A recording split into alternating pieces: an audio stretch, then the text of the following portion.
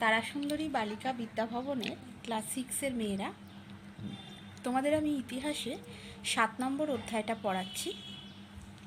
আগের দিনে তোমাদের সঙ্গে আমার 30 নম্বর ক্লাস হয়েছে। সেই ক্লাসে আমরা পড়ছিলাম কুষাণ আমলের শাসন ব্যবস্থা, সামাজিক অবস্থা কীরকম ছিল সেই সম্পর্কে। এই পুরো চ্যাপ্টারটাই আমাদের হচ্ছে বিভিন্ন রাজবংশের সময় আর্থসামাজিক পরিবেশ কীরকম ছিল সেই সমস্ত ব্যাপারগুলো এই চ্যাপ্টারে উল্লেখ করা আছে। আজকে আমি তোমাদেরকে 31 নম্বর ক্লাস নেব।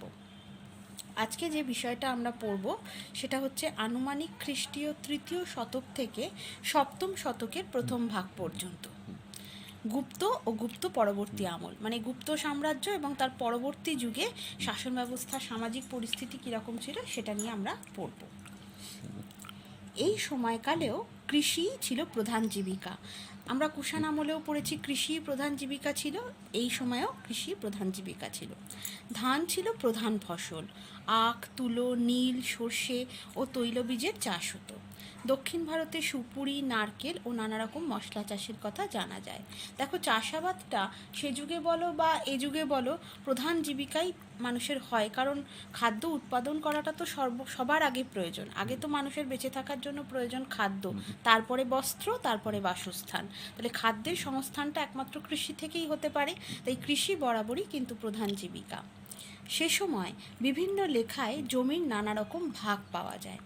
আবাদি জমিকে বাস্তু জমি ও অরণ্য থেকে আলাদা করে চিহ্নিত করা হতো। আবাদি জমি কাকে বলে? উর্বর জমি, যে জমিতে ভালো শস্য চাষ হয় তাকে বলে আবাদি জমি।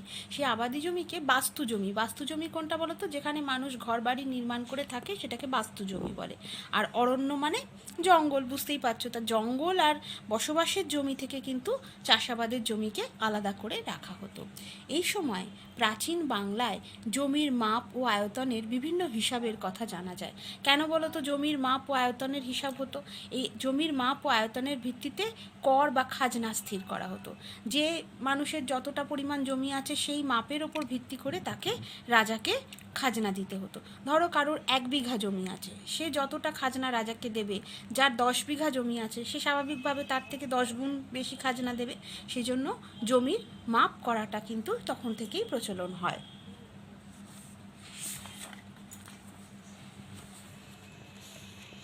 গুপ্ত আমলে বাংলায় পাওয়া তাম্রলেখগুলিতে জমি কেনা বেচার কথা জানা যায়। তাহলে তাম্রলেখ মানে তামার তৈরি যে শিলালিপি বা লেখ সেই সময়কার পাওয়া গেছে, সেখান থেকে এরকম কথাও বলা আছে যে জমি কেনা বেচা হতো। বহু ক্ষেত্রে একটি জমি প্রথমে কেনা হতো, তারপরে ওই জমি ব্রাহ্মণ বা বৌদ্ধ বিহারকে দান করা হতো। তাহলে প্রথমে জমি কিনে বৌদ্ধ বিহারগুলোকে দান করা হতো বা ব্রাহ্মণদের দান করা হতো। ওই দান করা জমিগুলি সাধারণত করের আওতায় পড়তো না। যে জমিগুলো মন্দিরকে দান করা হতো বা ব্রাহ্মণদের দান করা হতো, রাজা সেই জমির ওপর কিন্তু কোনো কর নিতেন না, কোনো রকম ট্যাক্স নিতেন না। কিন্তু সাধারণ মানুষের যে জমি থাকতো সেগুলোর কর কিন্তু রাজাকে দিতে হতো। গুপ্ত ও গুপ্ত পরবর্তী আমলে ধর্মীয় উদ্দেশ্যে এই জমিদানকে অগ্রহার ব্যবস্থা বলা হয়। তাহলে একটা শর্ট কোয়েশ্চেন দেখো পাওয়া গেল, অগ্রহার ব্যবস্থা কাকে বলে? গুপ্ত আর গুপ্ত পরবর্তী আমলে ধর্মীয় উদ্দেশ্যে যখন রাজারা কোনো জমি দান করতেন তাকে অগ্রহার ব্যবস্থা বলা হয়। এই ব্যবস্থার ফলে জমিতে ব্যক্তি মালিকানা আরও বেড়েছিল।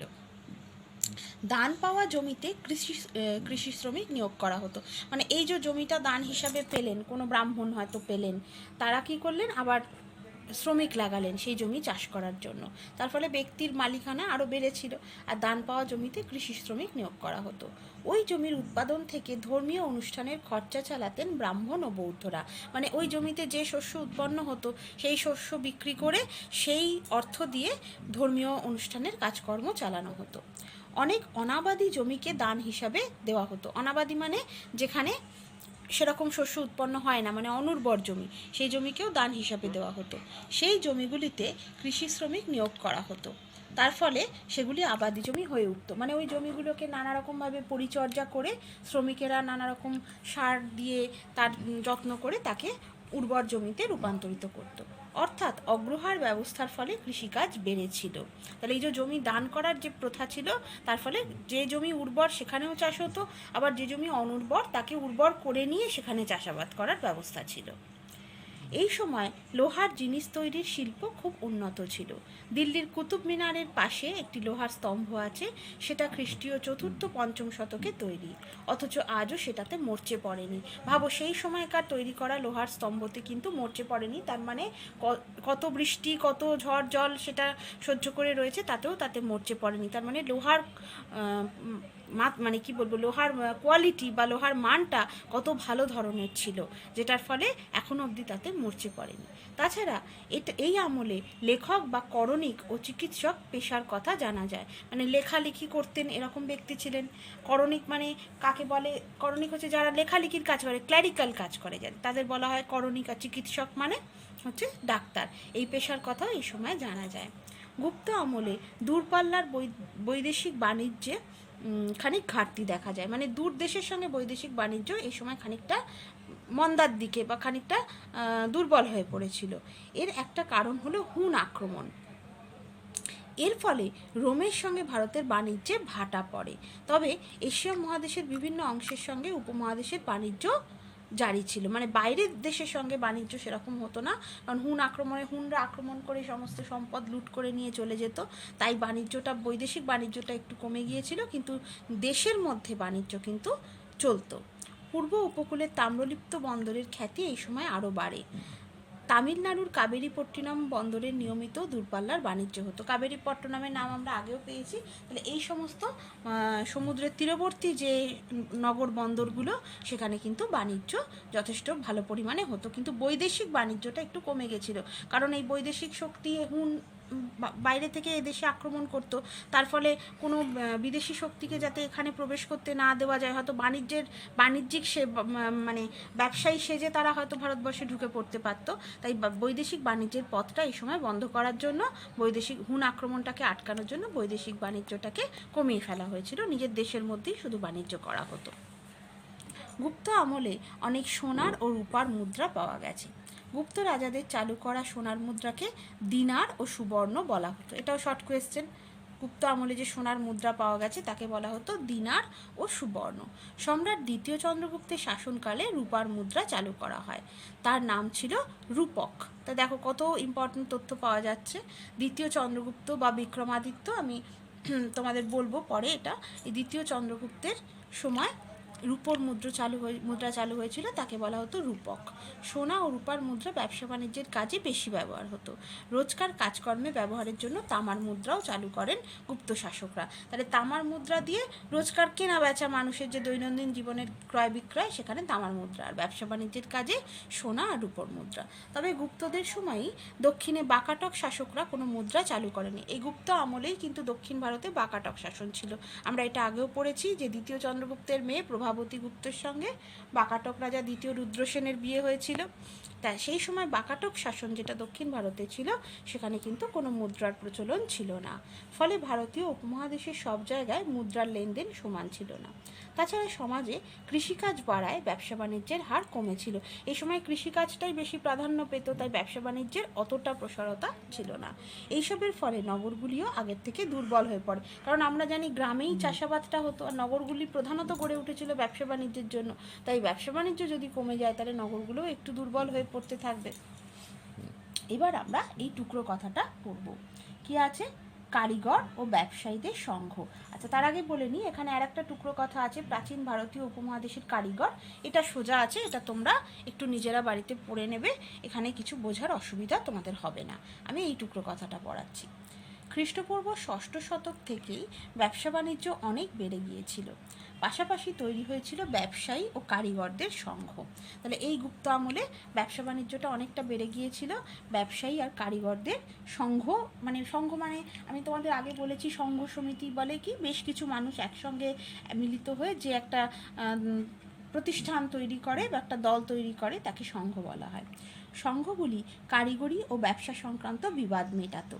তাছাড়া পেশাগত নিরাপত্তার দিকেও খেয়াল রাখত সংঘগুলি। জিনিসের গুণমান ও দাম ঠিক রাখাও সংঘের কাজের আওতায় পড়তো। তাই জিনিসপত্রের দাম ঠিকঠাক করে নেওয়া হচ্ছে কি না, কম নেওয়া হচ্ছে কি বেশি নেওয়া হচ্ছে, এসবগুলো সংঘ দেখত। সংঘগুলি শ্রেণী, গণ ইত্যাদি নামেও পরিচিত ছিল। কুষাণ যুগে এক একটি পেশাকে কেন্দ্র করে আলাদা গ্রাম গড়ে উঠেছিল।